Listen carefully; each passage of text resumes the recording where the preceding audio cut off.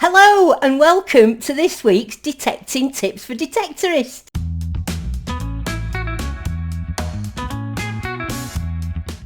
So this episode is going to be mainly about trying to improve your finds by using maps.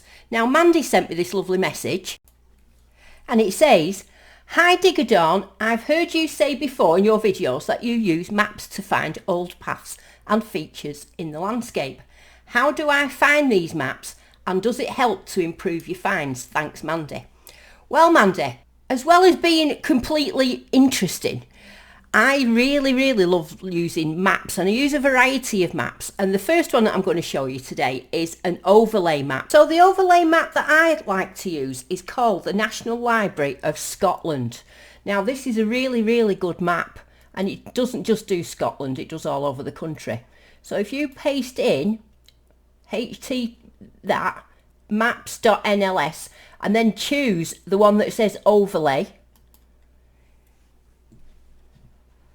this is the one, you will end up with a map like this. Okay, now this is it's fantastic. I can spend hours and hours on this. So first of all, what you need to do is put where you live or where you want to look at up there. So I'm going to put Rochdale, obviously. So I'm going to Rochdale, Northwest. Yep. Now you can see I've got this map selected on 1885 to 1900. It doesn't really go back beyond that, but that's old enough so that you can see how things have changed. For example, so that is what you're looking at now as it would have been in 1888. That's all. So what you can do, see this one here, if you zoom that back, it now takes it to what it's like now today. So having a look like that, you can see it's expanded, but let's have a look a bit more in detail. So let's have a look here. Now when you're looking at the old maps, anywhere that's got dotted lines are actually old paths. Sometimes they're still there, sometimes they're gone. So let's have a look if we can see. So let's go back. So for example, if you look here, there, if I was detecting up there, even though it looks now just like a bit of a field, I would have a good look around this area, because as you can see, there used to be a path there. Now a lot of the old paths are still there, you know, you can see going from farms, but this is how you end up being able to have a look. Now the black dots used to be buildings. So if there's a black square that somewhere, those used to be houses and buildings. And you can see a lot of them are still there. That one's gone. Let's have a look. Yep, that's gone. So it's brilliant, this map, honestly. You can zoom really zoom in, and you can have a really good look at the ground. You can look for, you know, little paths like that. Oh, but you get the idea, don't you? So yeah, you can do anywhere. So if you wanted to do, let's have a look at somewhere else. Let's have a look at York. Let's see what we can see. That's what it probably just looks exactly the same in the old days. Little, so you could see that used to be a park. It's not really a park now. That would have been all trees at one point. Look, see the dotty lines, those are all trees. Well, it's exciting, isn't it? Now another good thing to look for when you're looking on maps is where the old churches were, because people used to walk there. So they did used to go, you know, this guy who lived in Lowhall and wanted to go to church would have probably just gone like that, straight across the fields. He wouldn't have been going in his car. It would have just walked. So this is how the stuff ends up being in the fields. Well, that's what I think anyway. Yeah, an inn and a church is always a good thing to look for. Yeah, there's always an inn somewhere. Old halls. So you wouldn't be able to see these on today's map. You would not know there was an old hall there, would you? There you go. There you can see. So there it is, National Library of Scotland. I know you're going to get on that and have hours of fun. So what do you think? It's marvellous, that, isn't it? Yeah, marvellous. you'll have hours and hours of fun on there. Now, if you can go on that site, it's got all sorts of different things. It's got flights from overhead flights that they've been done in the 1940s, and you can take it to any time if you have a good look around. But, you know, for us detectorists that are trying to get back as old as we can, that's the best one to do, the overlay map, so you can run it over and back. Now, if you want to look a bit older than that, because that did only go back to Victorian days, there is another map that you can use, which you've probably heard of, is Lidar. Now, there is a few Lidar sites, but I like to use this one. This one I find to be the easiest to navigate. So if you put in lidarfinder.com, that easy, lidarfinder.com, and you end up with this map. Now, it's half and half. Now, the top half is the map of what you're looking at, and the bottom half is the Lidar of it. Now, Lidar manages to get rid of all buildings and just shows you anomalies and markings that are in the fields. Now, we don't want to look at a town, do we? We want to look at, let's have a look. So we're going to go on to search here, find a place, and we're going to go for, Wibden. That sounds all right, doesn't it? Let's have a look at Wibden. Wibden.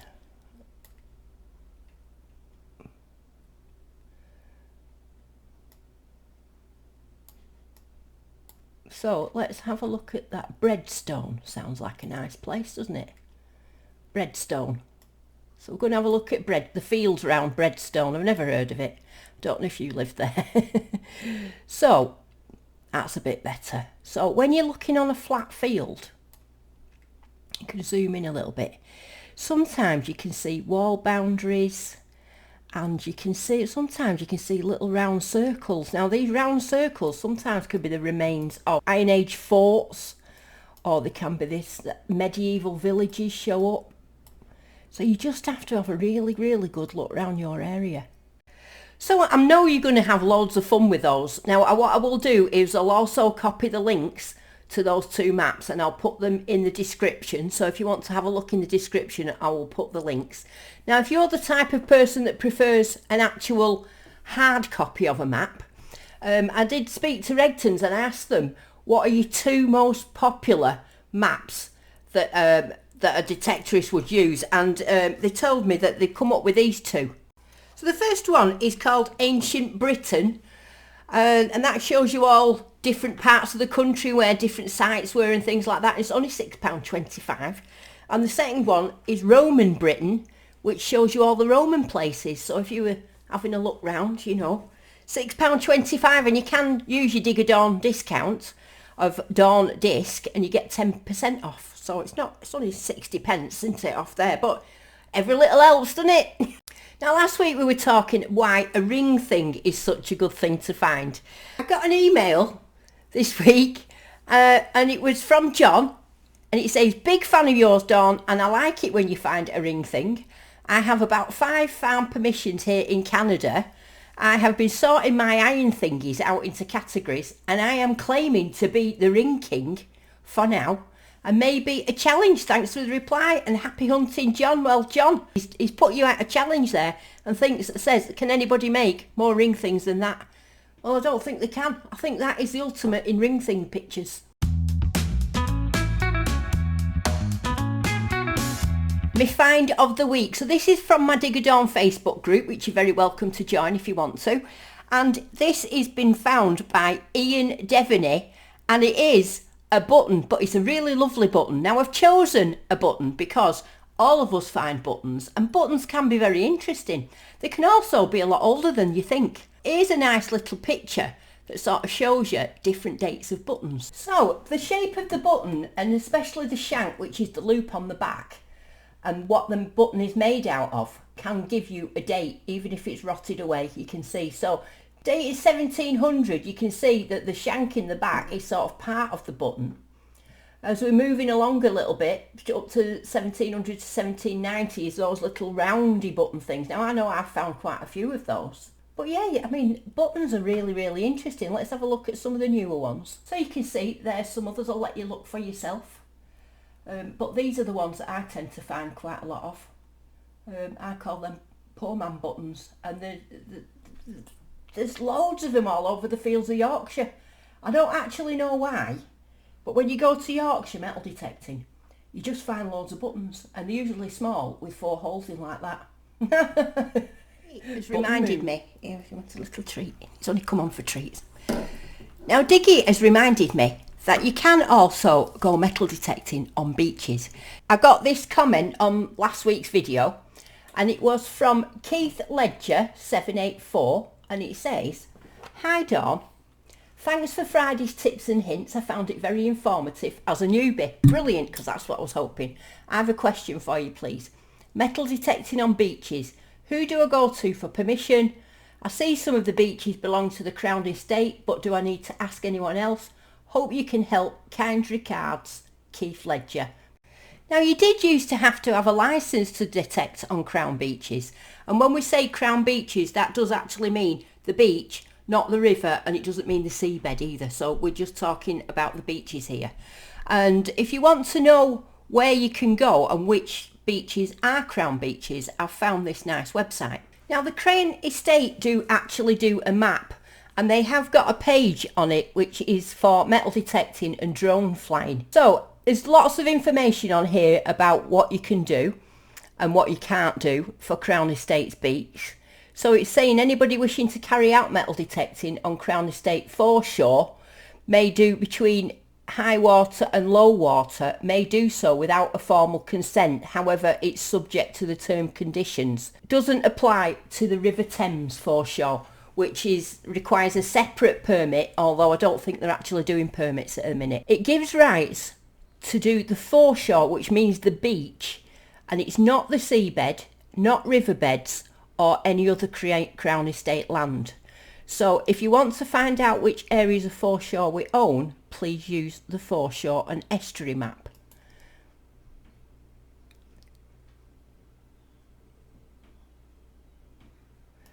So as you can see on here, anywhere that's edged in purple is owned by the Crown Estates, if you can see.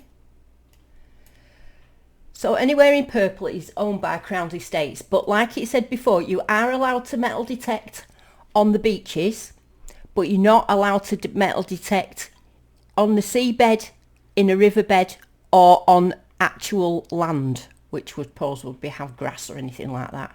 So that's the answer to that. Beaches are a really good place to start metal detecting, because trying to get a permission at first can be very, very difficult.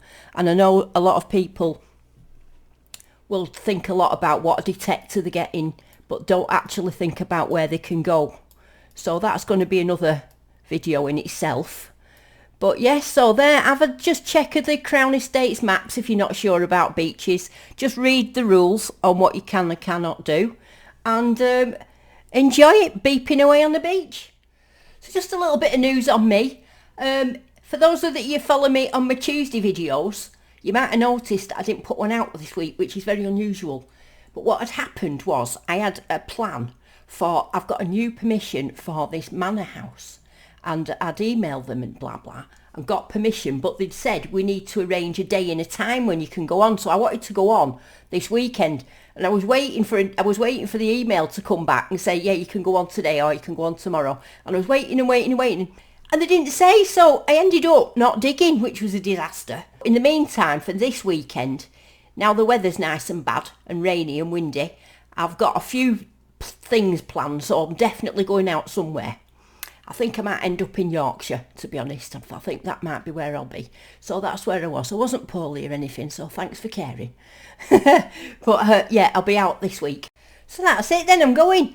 Now, if you've got any burning questions or anything you'd want to ask, just ask away. Remember, no question is stupid, and most people probably want to know the same thing. So ask away in the comments if you want to ask a question. In the meantime, if you think this video is going to be useful for people, please give it a share and try and get them going. And apart from that, I'll see you next week. So have a very lucky week, and dig it, dig, dig, dig.